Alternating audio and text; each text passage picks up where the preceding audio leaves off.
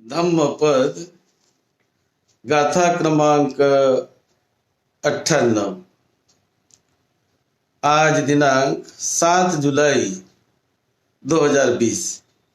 ये गाथा तथागत भगवान बुद्ध ने जेत वन में रहते समय ही कही है। स्थवीर खदीर वन्नीय रेवत स्थवीर के संबंध में। गामे वायदी वारण्य निन्ने वायदी वाथले यस्स अरहन्तो विहरन्ति तं भूमि रामनेयकं।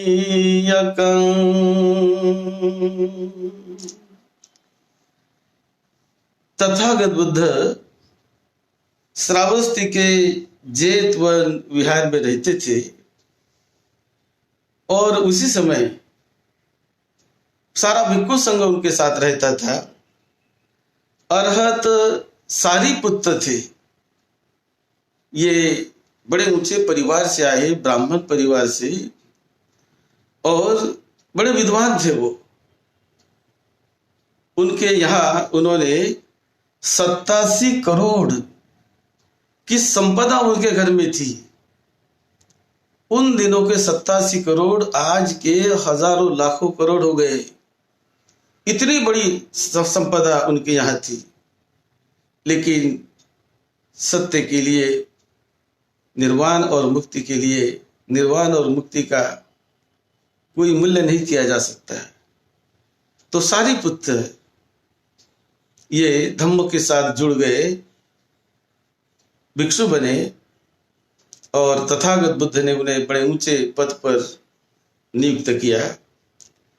सारिपुत्र के साथ साथ उनकी बहनें वो भी भिक्षुणी बनी।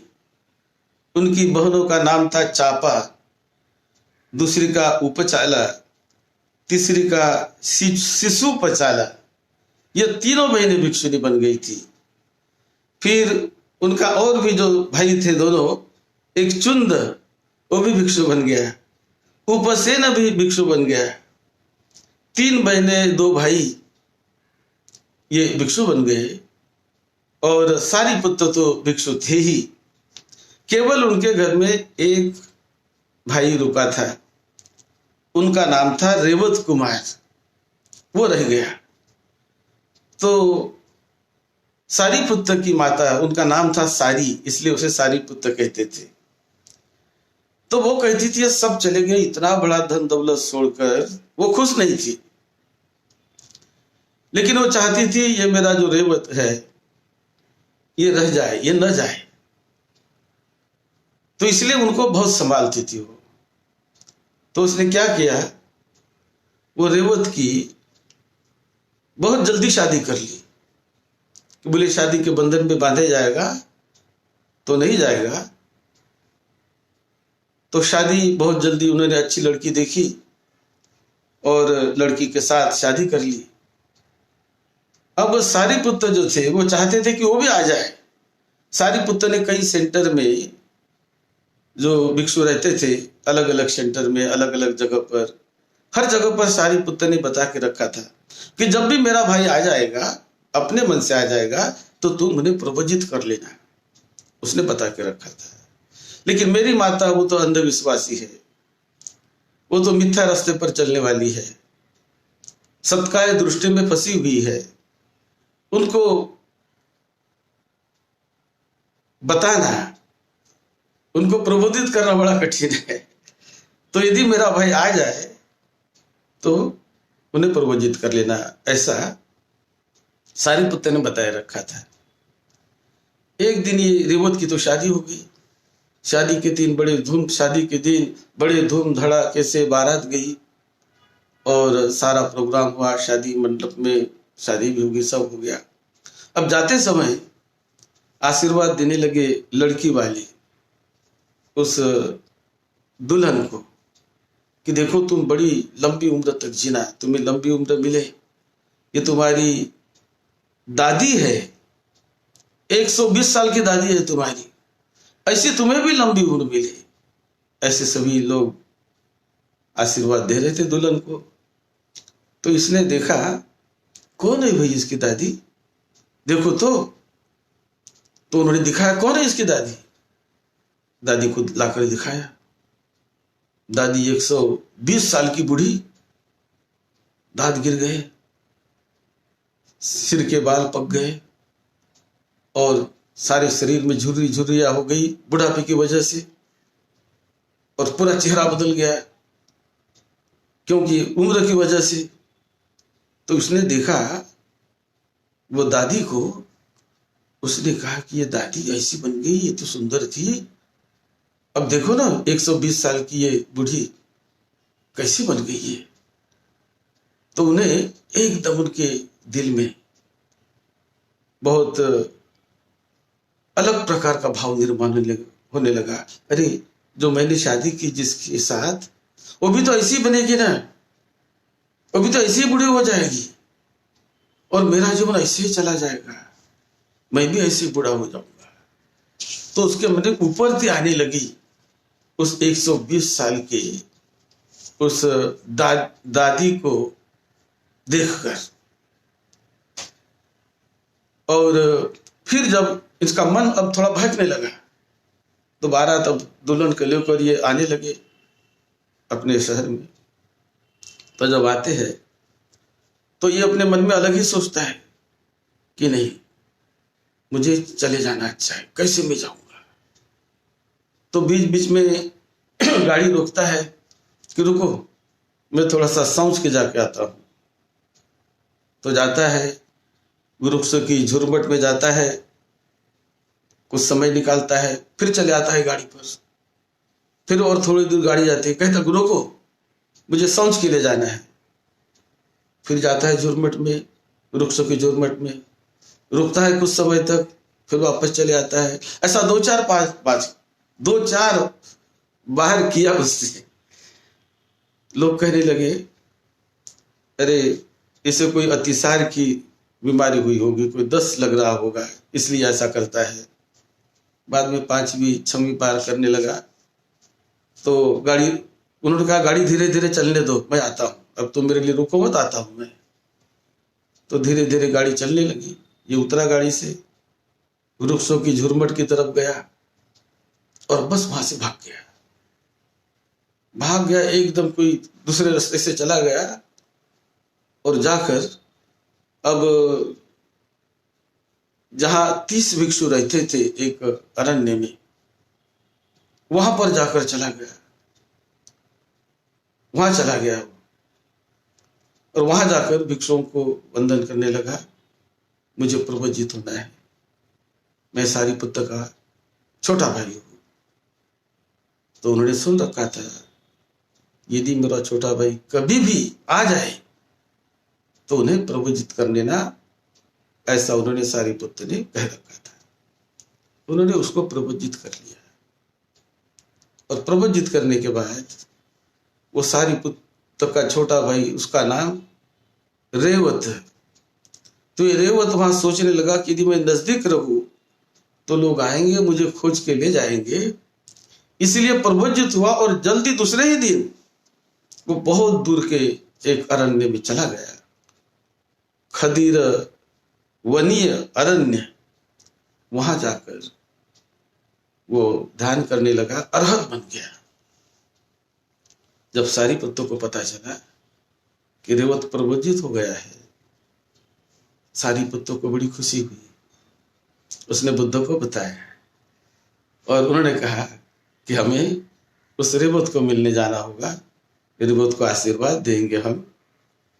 तो एक बार सारिपुत्र और बुद्ध भी 500 भिक्षु संघ के साथ वो रेवत के जहां जाते हैं, तय किया उन्होंने कब जाएंगे। और जाते समय उन्होंने शिवली को भी साथ ले लिया, शिवली भी उनके साथ आ गया और ऐसे करके बड़ा संघ जाने लगा। एक चौराहे पर गए, बुद्ध ने बताया देखो यहाँ से 2 रास्ते जाते हैं। वहां जाने के लिए जहां वो रहता है, वहां जाने के लिए एक है 30 योजन का रास्ता है, वो सरल है लेकिन बड़ा कठिनाई से जाना पड़ता है। और दूसरा रास्ता है वो 60 योजन का, वो लंबा है लेकिन सारी सुविधा उस रास्ते पर मिलेगी। तो कहां से जाएंगे? तो जब अपने साथ शिवली है तो चलिए हम कठिन रास्ते से जाएंगे, खाने पीने की कोई रहने की दिक्कत नहीं आएगी, सुविधा नहीं, सारी सुविधा हो जाएगी। ऐसा तय करके वो शॉर्ट रास्ते से निकले जो 30 योजन से जाने वाला रास्ता था, और जाकर सारी सुविधा उनकी होने लगी शिवली के प्रभाव से, तथागत भगवान बुद्ध के प्रभाव से। जाने में कुछ दिन लगे लेकिन बहुत अच्छी सुविधा। और जब वहां गए रेवत को मिलने, खदीर वन्य रेवत, तो वहां भी इतनी अच्छी सुविधा, इतना अच्छा विहार बन गया, ये हो गया वो हो गया, सब हो गया। कैसा हुआ? वो इनका बल था, एक तो बुद्ध का बल और दूसरा ये शिवली का बल, ये दोनों के बल से वो तो इतना सुंदर वहां पर विहार निर्माण हो गया कि वो जैसा देवराज के भवन जैसा वो लगने लगा, सारी सुविधा वहां पर होने लगी। तो बुद्ध वहां पर 1 महीना तक सारा भिक्षु संघ रुका। और जब वापस आए, श्रावस्ती वापस आए, तो वापस आते समय पूछते हैं कि भाई वो रेवत के यहाँ इतने लोग चले गए, बुद्ध भी गए, सारी पुत्र भी गए, कैसा है उनका विहार? मिगार माता विशाखा पूछने लगी, कैसा है विहार? तो कुछ ने कहा बहुत सुंदर है, बहुत अच्छा है। और एक जो भिक्षु था उसने कहा अरे वहां तो सारे वो खदीर वन्य करके जो सारा कांटों का जंगल है, ये है वो है, कोई ऐसी सुविधा नहीं, वो नहीं वो नहीं, अच्छा नहीं है। इस प्रकार का एक भिक्षु बताने लगा। तो मिगार माता विशाखा सोचने लगी कि ये कैसा बताता है, ये वैसा बताता है, मैं बुद्ध से पूछूंगी ना। तो उसके बाद थोड़ी देर के बाद बुद्ध भी वहां पर आ गए, वापस आने वाले थे, सब आ गए। तो मिगार माता विशाखा बुद्ध को वंदन करके बुद्ध के पास गई, वंदन किया और पूछा कि भगवान जो खदीर वन्य रेवत रहते हैं वो विहार कैसा है? तो बुद्ध ने कहा वो विहार बहुत बढ़िया है, वो जगह बहुत अच्छी है। ऐसा करके बुद्ध ने बड़ी स्तुति की विहार की कि जहां पर अरहत रहता है वो भूमि ही पवित्र, पावन, मंगलमय, रमणीय हो जाती है। अरहत रहने से, अरहत का निवास जहां भी होता है वो तो भूमि पवित्र, पावन, मंगलमय होती है। इस प्रकार बुद्ध ने ये गाथा कही, गामे वा यदि वा रण्य, निन्ने वा यदि वा थले, यथ अरहंतो विहरन्ति तं भूमि रामनीयकं। कोई गांव हो, कोई ऊंची नीची जगह हो, या कोई अरण्य हो, जंगल हो, कैसी भी जगह हो, उबड़ खाबड़ जगह हो, कैसी भी जगह हो, जहां अरहत भिक्षु निवास करते हैं, जहां अरहत भिक्षु का वास्तव्य होता है, वो भूमि रमणीय बन जाती है, बहुत कल्याणमय बन जाती है। यही इस गाथा का मतलब है। तो रेवत जो अरहत था, और जब अरहत वहां पर रहने लगा तो भूमि रमणीय बन गई, कल्याणकारी बन गई। तो यही बुद्ध ने इस गाथा में बताया। और रास्ते में जाते समय जो जो उनकी सुविधा हुई वो तो एक शिवली और तथागत भगवान बुद्ध के बल से वो सब होते रहा। तो बुद्ध का बल एक बहुत बड़ा होता है। और अरहत जहां भी निवास करते हैं, वो कहीं भी निवास करे, अरहत होने की वजह से अभिज्ञा जिसे प्राप्त है उसका रहना, उसका सहवास बड़ा कल्याणकारी होता है, सभी के लिए बड़ा मंगलकारी होता है। यही संदेश, यही देशना तथागत बुद्ध ने इस गाथा से दी है।